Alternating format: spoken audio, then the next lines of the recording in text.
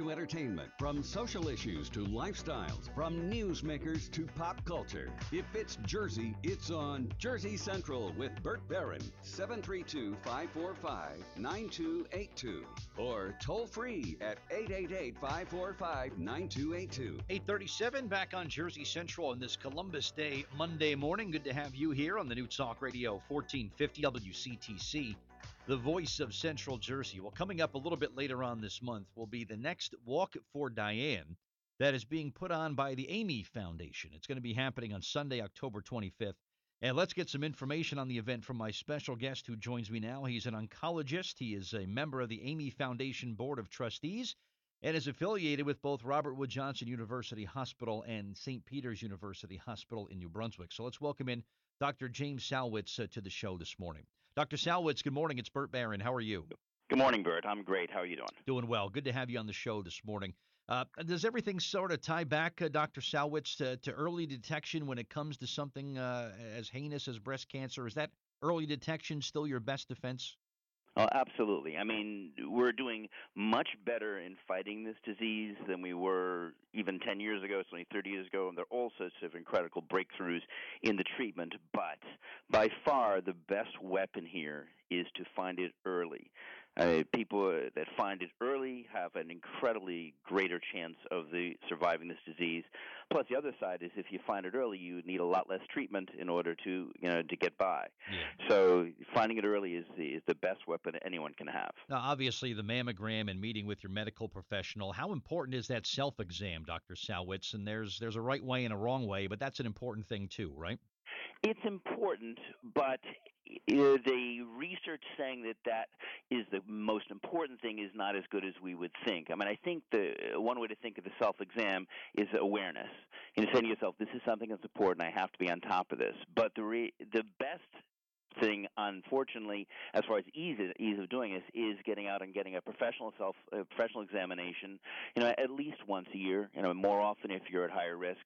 And the data on mammograms is really still outstanding. I mean, I know there's every now and then you see these discussions in the news about how good is it, who should be getting it, but the research is still incredibly solid that it finds cancers that are small, and cancers that are small are the ones that we get rid of. Now, you're also on the Board of Trustees of the Amy Foundation. Talk about what led you to that group. Well, the Amy Foundation is kind of your perfect use of grassroots care for a community. So Amy Behar was actually my patient starting over 10 years ago. And she was diagnosed early, but unfortunately had a very aggressive form of breast cancer. And after a really long, heroic battle, she lost that battle and she died of the disease. Her husband, R.A. Behar, decided to do something with that pain and that loss. And he and friends and a number of other people, including myself, founded the Amy Fleming Behar Foundation. And the goal of the foundation was, of course, that no one would die of this disease again. And the way they decided to target that was to look at our community. I mean, our community right here in Central New Jersey. So the patients and people around Princeton Medical Center, St. Peter's Hospital, Robert Wood Johnson, and say who is not getting early detection, who is not getting that mammogram, getting that exam. And it was obvious that there were thousands, literally thousands of people right here that weren't getting mammograms simply because they couldn't afford them. And so the decision was made early on that the foundation would have a focused goal of raising money so that it can pay for mammograms for for this underserved population. And we have a lot of national research showing that this is the group, people that can't afford mammograms, that don't get mammograms, and therefore incredibly go on to die of this disease, which is a waste, a disaster, for a $150 test, to lose your life or go through all that suffering, and this is what the foundation is focused on. And in the last decade, it's now paid for thousands of local mammograms for women that otherwise might have difficulty getting that critical screening exam. And I'm sure it's fair to say that probably saved or potentially saved thousands of lives just by doing that. Yeah, I think that's what we're hoping for, and I think that is what we're seeing. Plus, you have the spin-off that again, it's about awareness. So if we pay for a mammogram for one woman, her neighbors are reminded, oh yeah, I have to get that mammogram, and maybe that person can afford to pay for it, or it's just the awareness of getting out to do it.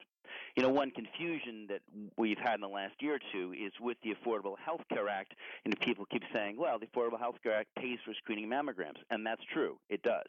The problem is all the providers in this community, the hospitals, are still telling us, yes, there is a group of patients that are now getting mammograms because of the Affordable Health Care Act insurance, but there's still a giant group of people that are not taking advantage of that program, or don't apply for that program, or just don't have the insurance, and they're still out there, not getting the care they need. And eventually, of course, these disease, does catch up with them. Yeah, of course. You hate to see that happen. Our guest is Dr. James Salwitz. He's an oncologist who treats breast cancer patients here in central New Jersey at our area hospitals.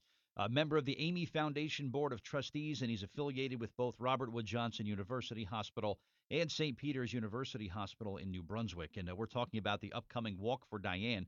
That will happen on Sunday, October 25th, Buccaloo Park in New Brunswick. This is the 7th annual walk. And it seems like it's one of these things that gets bigger and bigger every year. So it's great to get the word out about this. And if you'd like some more information, there is an online page you could visit, amyfoundation.org. If you're putting together a team, maybe you'd like to come and participate as an individual. Of course, you're willing to do that. If you're willing to do that, you're more than welcome to. But to amyfoundation.org, and we will put a link up on our Facebook fan page shortly. Talk about what this day means to you, Dr. Salwitz, when you gather with all the survivors and family members and those who are walking maybe in honor of those who we lost at the Walk for Diane. What does it mean to you?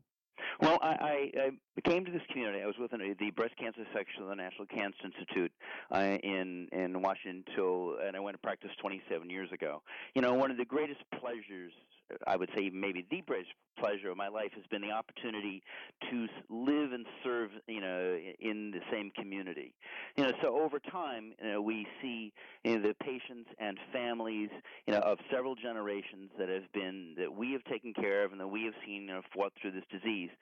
On the other hand, it's always a melancholy experience, because the woman that we're walking for, Diane, died of this disease, and the foundation, that it came from maybe who died of this disease, and this community has suffered the loss of thousands of women and men of breast cancer in the time that I've been here, and we do so much better than we did at every level. I mean, when I went to practice, less than 30% of women were getting screening mammograms. Now we're community-wise up to about 70%, and patients survive a lot longer with breast cancer, and where treatments are much better. But this is still, such a disaster. So I would say for me, it's a melancholy morning a little bit. It's, we get out. It's a very strong group. It's people that are working together, both as a community and to fight this disease, and they're highly motivated.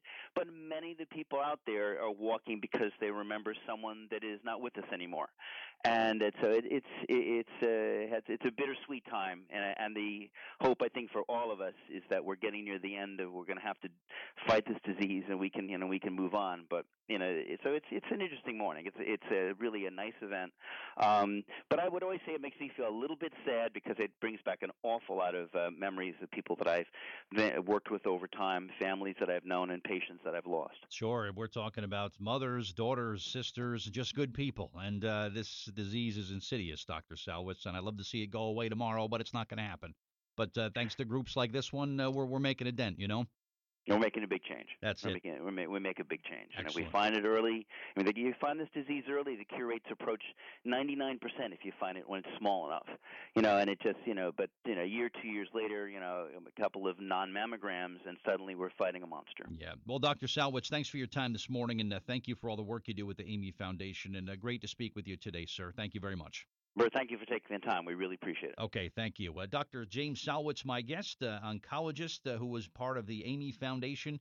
And more information about the walk that is coming up, the Walk for Diane, can be found at the website amyfoundation.org.